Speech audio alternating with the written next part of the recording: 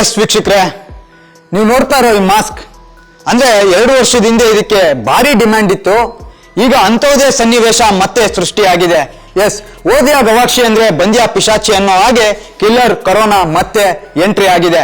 ಜಗತ್ತಿನ ಹಲವು ರಾಷ್ಟ್ರಗಳು ಅಂದ್ರೆ ಚೀನಾ, ಮಲೇಷ್ಯಾ, ಸಿಂಗಾಪುರ್, UK ಸೇರಿದಂತೆ ಜಗತ್ತಿನ ಹಲವು ರಾಷ್ಟ್ರಗಳಲ್ಲಿ ಕೊರೋನಾ ಮತ್ತೆ ತನ್ನ ಕಾಟವನ್ನ ಮುಂದುವರಿಸಿದೆ ಅನ್ನೋ ಮಾಹಿತಿಗಳು ಲಭ್ಯವಾಗ್ತಿದೆ. ಅರೆ ಹೊರ ದೇಶದಲ್ಲಿ ತಾನೆ, ನಮ್ಮ ದೇಶದಲ್ಲಿ ಏನು ಅಂತ ನೀವು ನಿರ್ಲಕ್ಷ್ಯ ವಹಿಸಿದಿರಾ? ಖಂಡಿತ ನೀವು ನಿರ್ಲಕ್ಷ್ಯ ವಹಿಸಿದ್ರೆ ಈಗಲೇ ಎಚ್ಚರಿಕೆ ವಹಿಸಿ. ಯಾಕಂದ್ರೆ ಕೇರಳದಲ್ಲಿ ಈಗಾಗಲೇ ಓರ್ವ ವ್ಯಕ್ತಿ ಸಾವನ್ನಪ್ಪಿದ್ದಾನೆ. JN1 ಅಂತೇಳಿ ಏನು ಹೊಸ ರೂಪಾಂತರಿಯಾಗಿ ಕೊರೋನಾ ವೈರಸ್ ಹೊಸದಾಗಿ ಎಂಟ್ರಿ ಕೊಟ್ಟಿದೆ. ಇದರಿಂದ ಕೇರಳದಲ್ಲಿ ಸಾಕಷ್ಟು ಸಾವು ನೋವುಗಳಾಗುವ ಸಾಧ್ಯತೆಗಳಿದೆ ಅಂತೇಳಿ ವೈದ್ಯ ಇಲಾಖೆ ಒಂದು ಖಡಕ್ ಎಚ್ಚರಿಕೆಯನ್ನ ಕೊಟ್ಟಿದೆ. ಅರೆ ಕೇರಳದಲ್ಲಿ ತಾನೆ, ನಮ್ಮ ರಾಜ್ಯದಲ್ಲಿ ಏನು ಅನ್ಕೊಂಡಿದ್ದೀರಾ? ಇಲ್ಲೂ ಸಹ ನಿರ್ಲಕ್ಷ್ಯವನ್ನ ವಹಿಸ್ತ್ರಿ. ಇದೀಗ ಬಂದಿರೋ ಮಾಹಿತಿ ಪ್ರಕಾರ ಮಂಡ್ಯ ಜಿಲ್ಲೆ ಮದ್ದೂರಿನಲ್ಲಿ ಒಬ್ಬರಿಗೆ ಈ ಒಂದು ಸೋಂಕು ದೃಢಪಟ್ಟಿರೋದು ವೈದ್ಯ ಇಲಾಖೆ ತನ್ನ ಮಾಹಿತಿಯನ್ನ ನೀಡಿದೆ. ಹೀಗಾಗಿ ಜನ ಏನು ನಿರ್ಲಕ್ಷ್ಯವನ್ನ ವಹಿಸ್ತಿದ್ರು, ಕಳೆದ 2 ವರ್ಷದ ಹಿಂದೆಯೂ ಇದೇ ರೀತಿ ಆರಂಭದಲ್ಲಿ ಕೊರೋನಾ ಲಗ್ಗೆ ಇಟ್ಟಿದೆ ಅಂತ ಹೇಳಿದಾಗ ಜನ ಇದೇ ರೀತಿ ನಿರ್ಲಕ್ಷ್ಯವನ್ನ ವಹಿಸಿದ್ರು.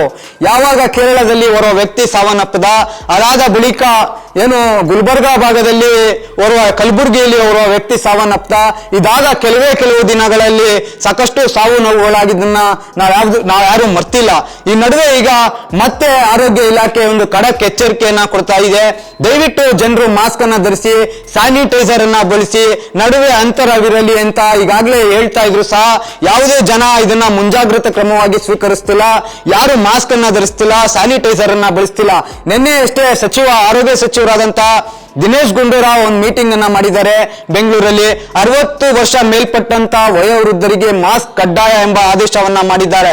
ಈ ನಡುವೆ ಮಂಡ್ಯ ಜಿಲ್ಲೆ ಮದ್ದೂರಿನಲ್ಲಿ ಓರ್ವ ವ್ಯಕ್ತಿಗೆ ಈ ಸೋಂಕು ದೃಢಪಟ್ಟಿದೆ ಅನ್ನೋ ಮಾಹಿತಿಗಳು ಲಭ್ಯವಾಗ್ತಿದೆ. ಹೀಗಾಗಿ ಸಾಕಷ್ಟು ವೈದ್ಯಕೀಯ ಇಲಾಖೆಯಲ್ಲಿ ಒಂದು ರೀತಿಯ ಗಂಭೀರ ಚಿಂತನೆಗಳು ನಡೀತಾ ಇದೆ. ಆದ್ರೆ ಜನ ಮಾತ್ರ ನಿರ್ಲಕ್ಷ್ಯತೆಯನ್ನ ವಹಿಸ್ತಾ ಇದ್ದಾರೆ. 2 ವರ್ಷದ ಹಿಂದೆಯೂ ಇದೇ ರೀತಿ ನಿರ್ಲಕ್ಷ್ಯತೆಯನ್ನ ಅನೇಕ ಜನ ವಹಿಸಿದ್ರು. ಆ ನಿರ್ಲಕ್ಷ್ಯತೆಯ ಪರಿಣಾಮ ಎಷ್ಟು ಸಾವು ನೋವುಗಳಾದ್ವು, ಲಾಕ್ಡೌನ್ ಆಯ್ತು, ಏನೇನೆಲ್ಲ ಅನಾಹುತಗಳು ಅವಘಡಗಳು ಜರುಗಿದೆ ಅಂತ ಎಲ್ರಿಗೂ ಗೊತ್ತಿರುವಂತ ವಿಚಾರ. ಹೀಗಿದ್ದಾಗ JN1 ಹೊಸ ರೂಪಾಂತರಿಯಾಗಿ ಕೊರೋನಾ ಆವರಿಸಿದೆ ಅನ್ನೋ ಮಾಹಿತಿಗಳು ಲಭ್ಯವಾಗ್ತಾ ಇದೆ. ಆರೋಗ್ಯ ಇಲಾಖೆ ಸ್ಪಷ್ಟವಾಗಿ ಹೇಳ್ತಾ ಇದೆ ಇದ್ರ ಬಗ್ಗೆ ಜನ ಎಚ್ಚೆತ್ಕೊಳ್ಬೇಕು, ಗಮನ ಹರಿಸಬೇಕು ಅಂತೇಳಿ. ಆದ್ರೆ ಜನಸಾಮಾನ್ಯರು ಮಾತ್ರ ಯಾರು ಎಚ್ಚರಿಕೆಯನ್ನ ವಹಿಸ್ತಿಲ್ಲ, ಮಾಸ್ಕ್ ಅನ್ನ ಬಳಸ್ತಾ ಇಲ್ಲ. ಪರಿಸ್ಥಿತಿ ಹೀಗೆ ಮುಂದುವರೆದ್ರೆ ಇನ್ನ 15ರಿಂದ 20 ದಿನದ ಒಳಗೆ ಮತ್ತೆ ಕೊರೋನಾ ಕಾಟ ಇಡೀ ರಾಜ್ಯ ಅಲ್ಲದೆ ದೇಶದಲ್ಲಿ ಆವರಿಸೋದ್ರಲ್ಲಿ ಯಾವುದೇ ರೀತಿಯ ಸಾಧ್ಯತೆಗಳನ್ನ ತಳ್ಳಿ ಹಾಕುವಂತಿಲ್ಲ. ಈಗಾಗಲೇ ಶಬರಿಮಲೆ ಯಾತ್ರೆ ಅಂತೇಳಿ ಕೇರಳಕ್ಕೆ ಅನೇಕ ಜನ ಶಬರಿಮಲೆ ಯಾತ್ರೆಗೆ ತೆರಳಿದ್ದಾರೆ. ಈ ಶಬರಿಮಲೆ ಯಾತ್ರೆ ಮುಗಿಸಿಕೊಂಡು ಬಂದ ಬಳಿಕ ಯಾವ ರೀತಿ ಸ್ಪ್ರೆಡ್ ಆಗುತ್ತೆ ಈ JN1 ಹೊಸ ರೂಪಾಂತರಿ, ಮತ್ತೆ ಏನಾದ್ರೂ ಈ ಹಿಂದೆ 2 ವರ್ಷದ ಹಿಂದೆ ಇದ್ದಂತಹ ಪರಿಸ್ಥಿತಿ ನಿರ್ಮಾಣವಾಗುತ್ತಾ? ಈ ಒಂದು ಹೊಸ ವೈರಸ್ ಮತ್ತೆ ಸಾವು ನೋವುಗಳಿಗೆ ಕಾರಣವಾಗುತ್ತಾ? ಯಾಕಂದ್ರೆ ಈ ಹಿಂದೆ ಕೊರೋನಾ ಬಂದಾಗ ಇಡೀ ನೋಡಿರ್ಬೋದು, ಜಗತ್ತಿನ ಹಲವು ರಾಷ್ಟ್ರಗಳು, ಜಗತ್ತಿನ ದೊಡ್ಡ ದೊಡ್ಡ ರಾಜಕಾರಣಿಗಳು, ದೊಡ್ಡ ದೊಡ್ಡ ಹುದ್ದೆಯಲ್ಲಿದ್ದವರೇ ಕಣ್ಣೀರನ್ನ ಹಾಕಿ ಕುಳಿತಿದ್ರು. ನಮ್ಮ ಕೈಯಲ್ಲಿ ಏನೂ ಮಾಡ್ಲಿಕ್ಕೆ ಸಾಧ್ಯ ಇಲ್ಲ, ಜನರಿಗಾಗಿ ಜನರಿಗೋಸ್ಕರವೇ ತಾವೇ ಮುಂಜಾಗ್ರತಾ ಕ್ರಮವನ್ನ ವಹಿಸ್ಕೋಬೇಕು, ಮಾಸ್ಕ್ ಅನ್ನ ಧರಿಸಿ, ಸ್ಯಾನಿಟೈಸರ್ ಅನ್ನ ಬಳಸಿ, ಇದನ್ನ ಹೊರತುಪಡಿಸಿ ಈ ಒಂದು ಕಾಯಿಲೆಗೆ ಯಾವುದೇ ರೀತಿಯ ಔಷಧಿ ಇಲ್ಲ ಅಂತೇಳಿ ಜಗತ್ತಿನ ಹಲವು ರಾಷ್ಟ್ರಗಳು ಕೈಕಟ್ಟಿ ಕುಳಿತಿದ್ವು. ಆದ್ರೆ ಅದಾದ ಬಳಿಕ ವ್ಯಾಕ್ಸಿನ್ ಅನ್ನ ಕಂಡುಹಿಡಿಯಲಾಯಿತು. ಆದ್ರೆ ವ್ಯಾಕ್ಸಿನ್ ಅಲ್ಲಿ ಎಲ್ಲೂ ಸಹ ಸ್ಪಷ್ಟವಾಗಿ ಹೇಳಿಲ್ಲ ವ್ಯಾಕ್ಸಿನ್ ತೆಗೆದುಕೊಂಡಾಕ್ಷಣ ಈ ಒಂದು ವೈರಸ್ ಹೊಂಟೋಗುತ್ತೆ, ಈ ಕಾಯಿಲೆ ಮತ್ತೆ ಬರಲ್ಲ ಅಂತ ಎಲ್ಲೂ ಖಚಿತವಾಗಿ ಹೇಳಿಲ್ಲ.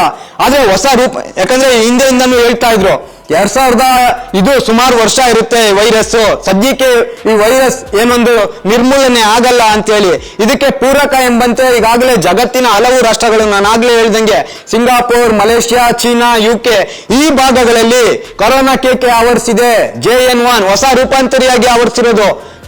ಸೊ ಮತ್ತೆ ಜನ ನಿರ್ಲಕ್ಷ್ಯವನ್ನ ವಹಿಸ್ತಾ ಇದ್ದಾರೆ. ಯಾವಾಗ ಕೊರೋನಾ ತನ್ನ ಕೇಕೆಯನ್ನ ಎಲ್ಲೋ ಒಂದ್ ಕಡೆ ರಿಲೀಫ್ ಕೊಡ್ತೋದು ಅನ್ನೋ ಬೆನ್ನಲ್ಲೇ ಜನ ಏನೊಂದು ರೀತಿಯ ಜಾತ್ರೆ ರೀತಿ ಜನ ಸೇರ್ತಾ ಇದ್ದಾರೆ. ನಡುವೆ ಏನೊಂದು ಅಂತರಗಳಿಲ್ಲ, ಮಾಸ್ಕ್ ಇಲ್ಲ, ಸ್ಯಾನಿಟೈಸರ್ ಮಾಯ ಆಗಿದೆ. ಈ ನಡುವೆ ಈಗ JN1 ಹೊಸ ರೂಪಾಂತರಿಯಾಗಿ ಏನೊಂದು ಜನರ ಆರೋಗ್ಯದ ಮೇಲೆ ಲಗ್ಗೆ ಇಡ್ತಾ ಇದೆ. ಈಗಾಗಲೇ ಮದ್ದೂರಿನಲ್ಲಿ ಒಂದು ಕೇಸ್ ಪತ್ತೆಯಾಗಿದೆ. ಶಬರಿಮಲೆಗೆ ಅನೇಕ ಜನ ಯಾತ್ರಿಗಳು ತೆರಳಿದ್ದಾರೆ. ಕೇರಳದಲ್ಲಿ ಈಗಾಗಲೇ ಕಟ್ಟೆಚ್ಚರವನ್ನು ವಹಿಸಲಾಗಿದೆ. ಸರ್ಕಾರ ಅಲ್ಲಿ ಗಂಭೀರ ಚರ್ಚೆಗಳನ್ನ ನಡೆಸ್ತಾ ಇದೆ.